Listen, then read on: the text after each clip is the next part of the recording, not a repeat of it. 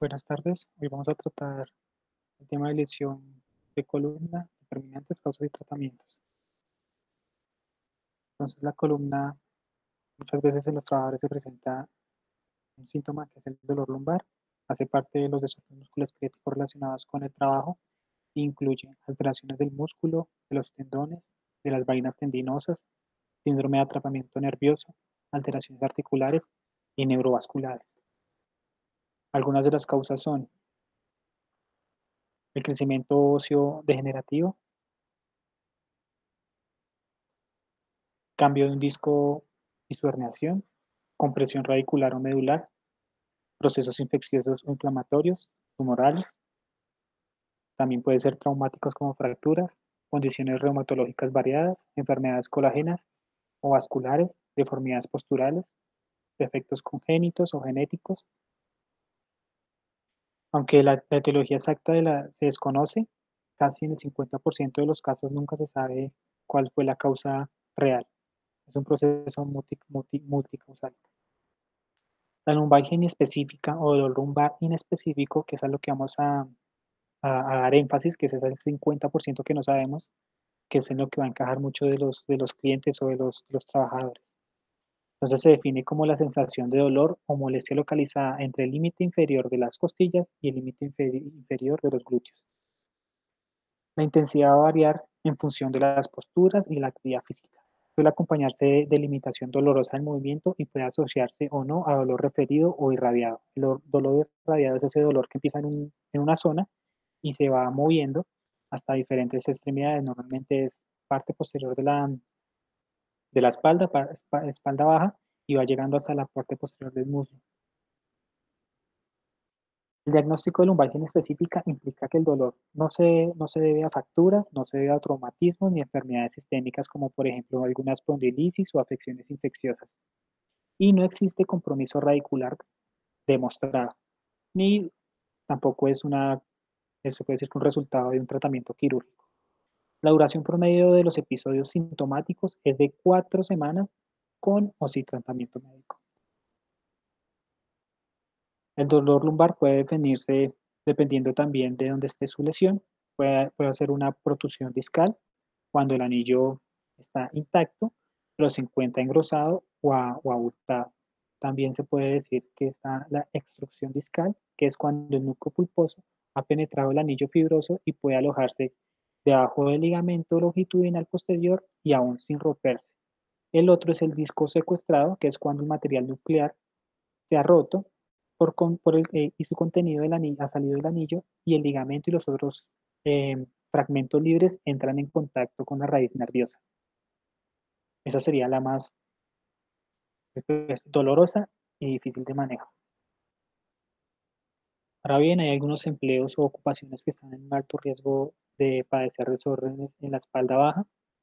Las ocupaciones más en riesgo serían los operadores de vehículo, los constructores, trabajadores de servicio, la agricultura, la industria pesquera y el comercio.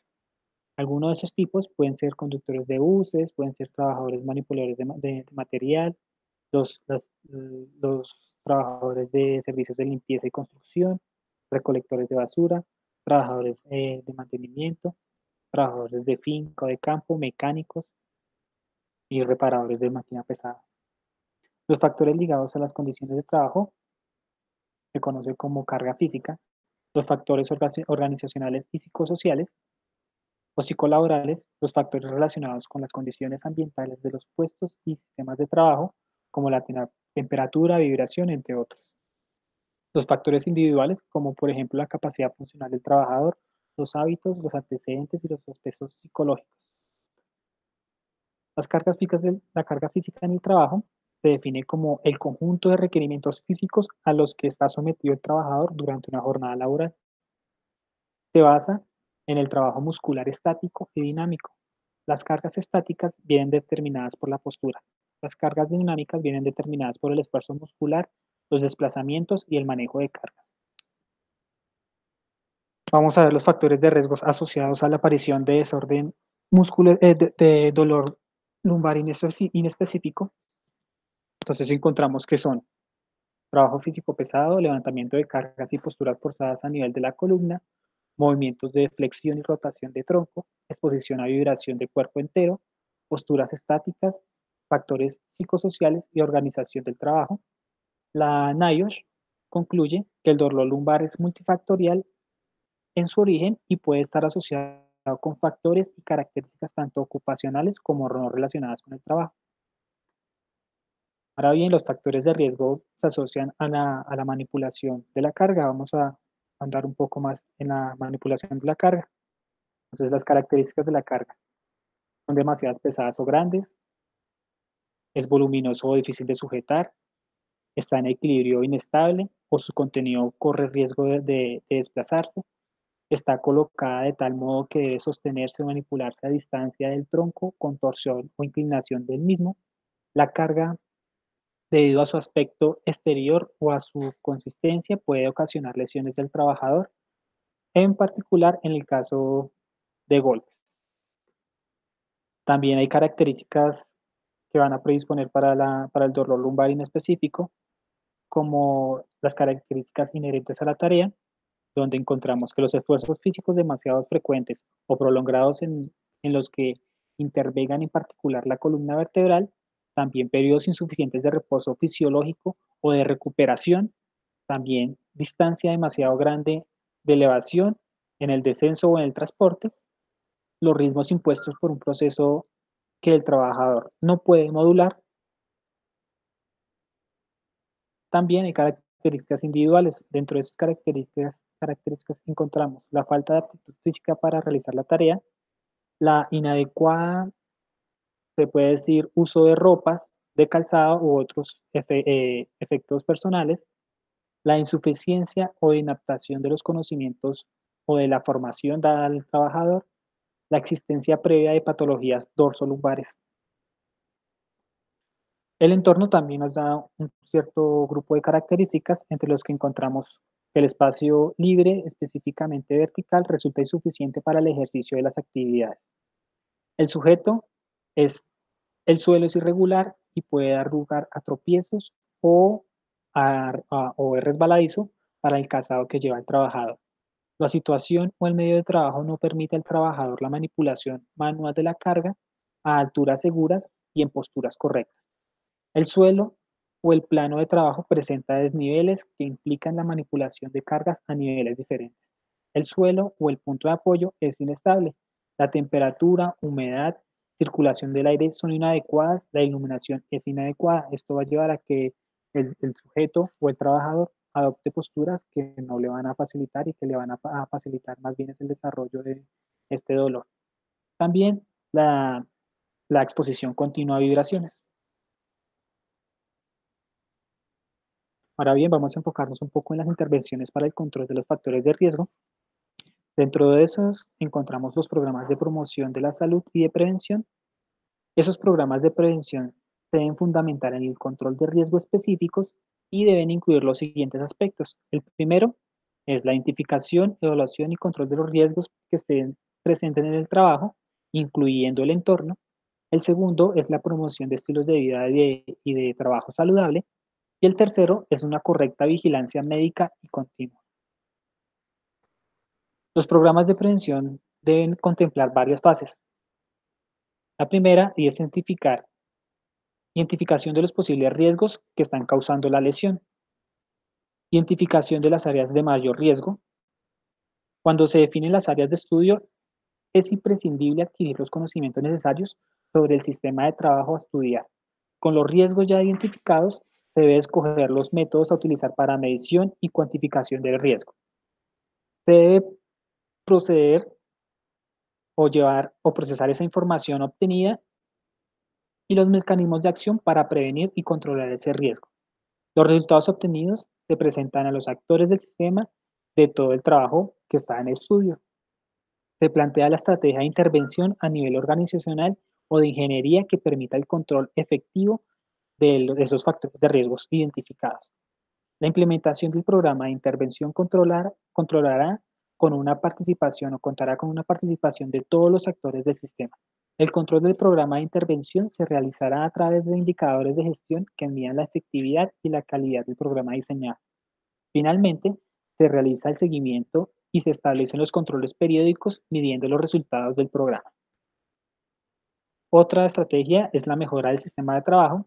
Entonces, hay aspectos a tener en cuenta en el diseño de los sistemas de trabajo y son los siguientes.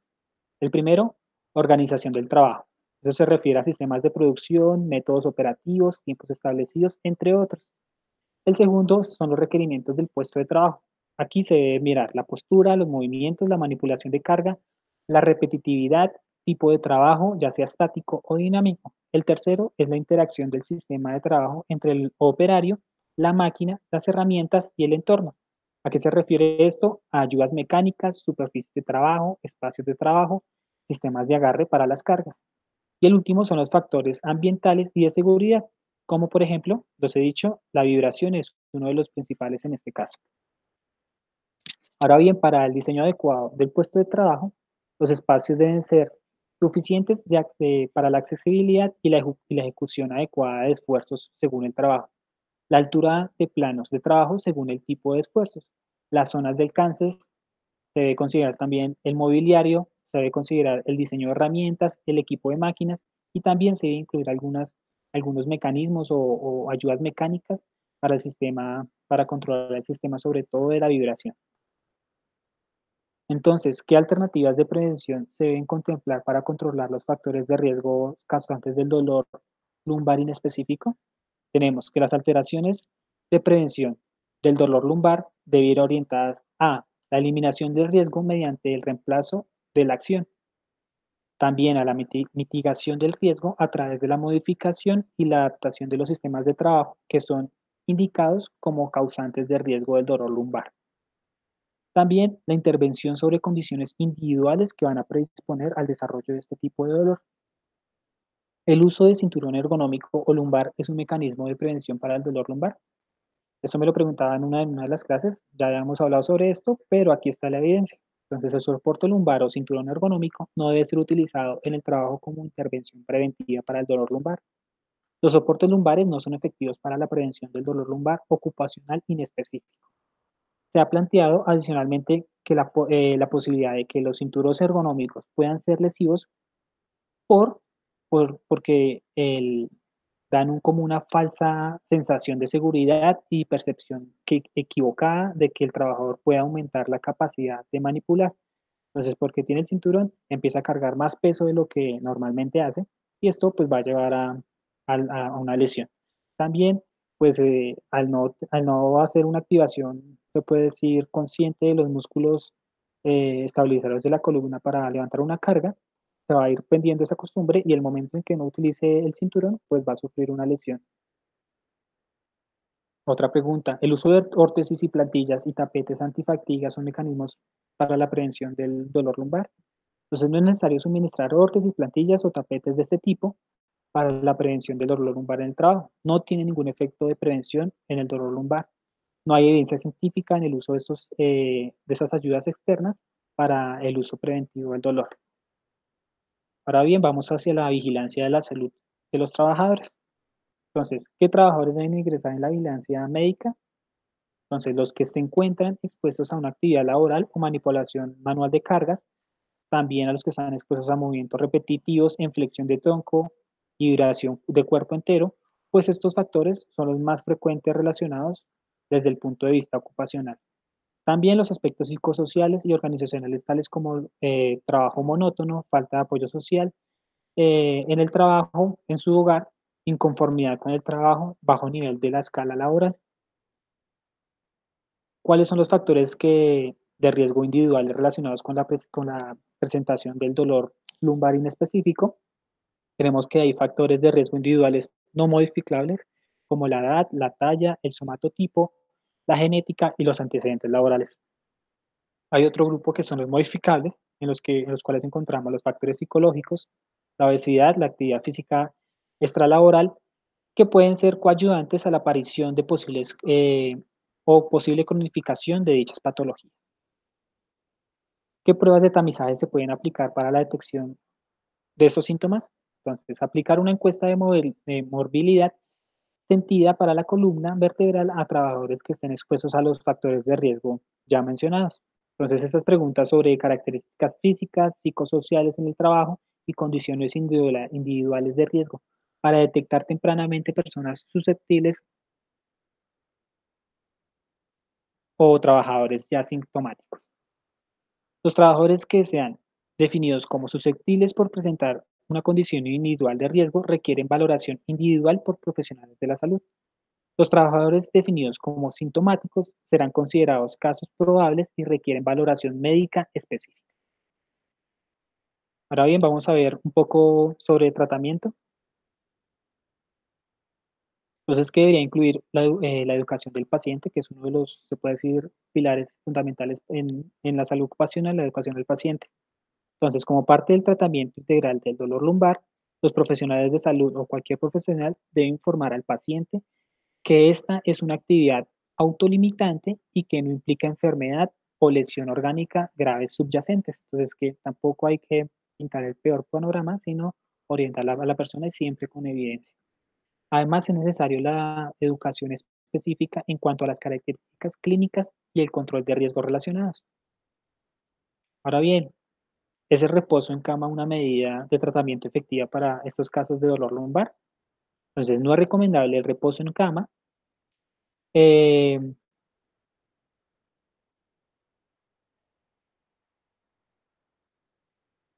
Ya, bueno, no es recomendable el reposo en cama cuando el dolor lumbar no está generando limitaciones funcionales importantes. En caso de presentarse, el reposo en cama no debe prolongarse por más de 2 días. Es importante enfatizar que la actividad de la vida diaria, según tolerancia, es una de las indicaciones indispensables para disminuir la intensidad del dolor y promover una rápida recuperación. Entonces es mejor no quedarse acostado. Si por alguna razón la lesión es muy incapacitante, pues máximo 2 días, pero luego debe tomar a medida de su capacidad nuevamente las actividades. ¿Qué beneficios tiene las intervenciones de fisioterapia, la manipulación, las tracciones que se pueden hacer en dolor lumbar? Entonces, la fisioterapia para el tratamiento del dolor lumbar puede brindar alivio y reducir los tiempos de limitación funcional por dolor. Los programas terapéuticos deben insistir en la responsabilidad del paciente en el cuidado de su espalda y la prevención de las lesiones. La manipulación puede ser practicada por el profesional entrenado, puede indicarse para reducción inicial del dolor, pero no muestra resultados duraderos. Ahí encuentra uno el calor, el frío, el masaje. ¿Mm? Son, puede decir, para manejar síntomas, pero no van a modificar el problema de base. El tratamiento puede ser realizado inicialmente por un fisioterapeuta y continuado mediante planes caseros con un control médico o fisioterapéutico. No es recomendable la aplicación de tracción como tratamiento del dolor lumbar. Se puede recomendar actividad física y ejercicio aeróbico en pacientes con dolor lumbar.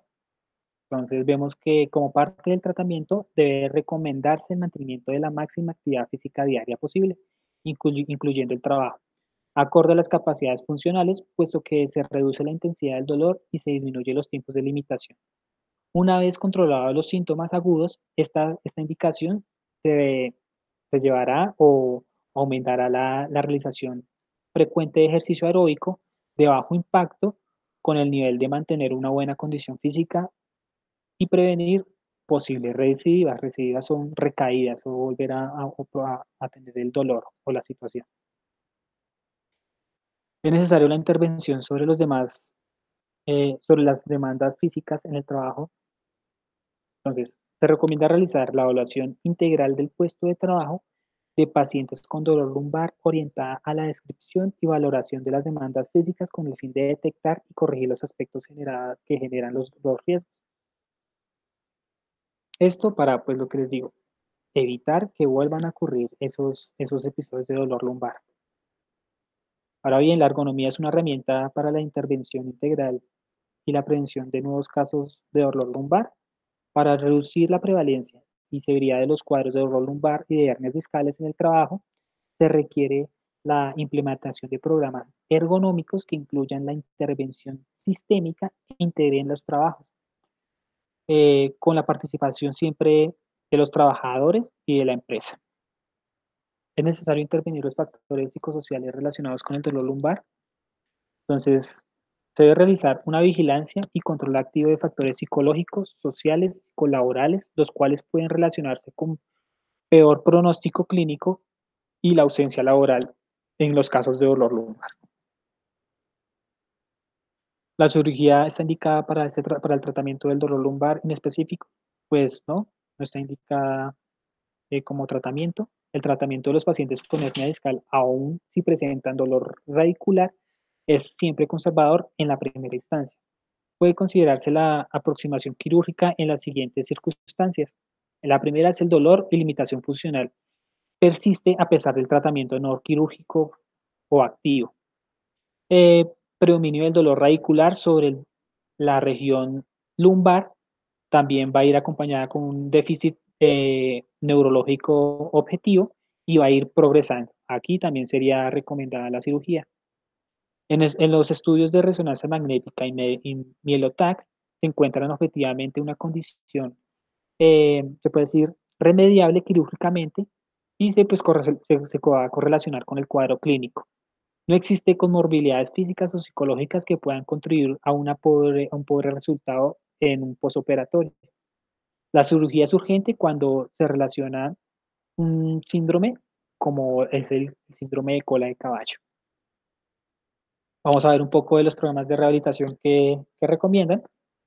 Entonces, la rehabilitación profesional debe ser iniciada desde el comienzo del cuadro clínico y debe estar orientada hacia la prevención primaria. Esto quiere decir hacia todos los trabajadores antes de que empiecen a aparecer los síntomas. Obviamente también tiene que tener un fuerte componente de prevención secundaria y terciaria. Un programa de rehabilitación laboral debe tener un abordaje multidisciplinario y va a incluir clínico ocupacional, funcional y fisiológico, educativo y comportamental y ergonómico y organizacional. Se recomienda tener en cuenta los siguientes pasos para elaborar un programa de rehabilitación laboral. Primero, identificación del caso. Segundo, evaluación clínica del sujeto y ergonómica del puesto de trabajo. Tercero, seguimiento de la rehabilitación integral. Y tercero, una retroalimentación a través de indicadores. Ahora bien, el manual de guía de rehabilitación colombiano plantea un programa de rehabilitación con algunas etapas y pasos, los cuales son los siguientes. La etapa 1 corresponde a la identificación del caso para ingresar en el programa de rehabilitación de patologías ocupacionales. Al programa de rehabilitación se debe incluir a todos los trabajadores que presenten una alteración del sistema musculoesquelético temporal o permanente que altere su capacidad de ejecutar su actividad laboral. La segunda etapa hace referencia a la identificación de casos para ingresar. La segunda hace relación a la evaluación del caso, que hacer para la evaluación de los casos se parte de actividades diagnósticas, entonces un diagnóstico clínico, diagnóstico de requerimientos del puesto de trabajo, donde se van a evaluar cargas, posturas, fuerzas y repetición, así como todos los aspectos organizacionales de la tarea y del ambiente. Con base en los dos diagnósticos anteriores, se construye un perfil cargo versus perfil del trabajador y pues se hace su diagnóstico final. También se debe realizar un pronóstico funcional de la columna del trabajador con base en la información recolectada durante los procesos de evaluación anteriores. Además, se debe diseñar el plan de rehabilitación específico a nivel de rehabilitación funcional, profesional y social del trabajador, definiendo las actividades necesarias, ya sea de readaptación o reinserción al campo laboral. Para aquellos casos que la capacidad funcional no cumpla con las exigencias del puesto de trabajo, se debe plantear alternativas ocupacionales que incluyan capacitaciones residuales e incapacidades e intereses del trabajador para seguir con el desarrollo personal, laboral y social del trabajador afectado. La etapa 3 habla sobre el manejo de rehabilitación integral. Aquí se van a plantear las medidas de rehabilitación funcional y profesional del trabajador que incluyen las siguientes actividades. La primera es debe estar dirigido a obtener la máxima funcionalidad del cemento comprometido, incluyendo el manejo médico y la formulación de prótesis necesarias para facilitar el desempeño funcional, ocupacional y social del trabajador. Esto es una rehabilitación funcional. El tercero es realizar desde la salud ocupacional los ajustes necesarios para el reintegro del trabajador a través del desarrollo, la recuperación de habilidades, actitudes, hábitos seguros y destrezas para desempeñar actividades laborales. El último es realizar adaptaciones físicas necesarias para el desempeño adecuado y seguro del trabajador. La última etapa es la cuarta, que es la retroalimentación del sistema. Aquí, esta retroalimentación del proceso se debe hacer a través de procesos de verificación del desempeño del trabajador en sus actividades desde términos de seguridad y confort. También se debe verificar procesos de productividad del trabajo. Igualmente, verificar el programa de rehabilitación con base en instrumentos de evaluación y seguimiento del mismo para realizar ajustes necesarios encaminados al puesto de trabajo o al desempeño del trabajador. Con eso terminamos el tema de dolor lumbar. Por favor, lean y revisen las actividades dejadas en el aula virtual. Gracias.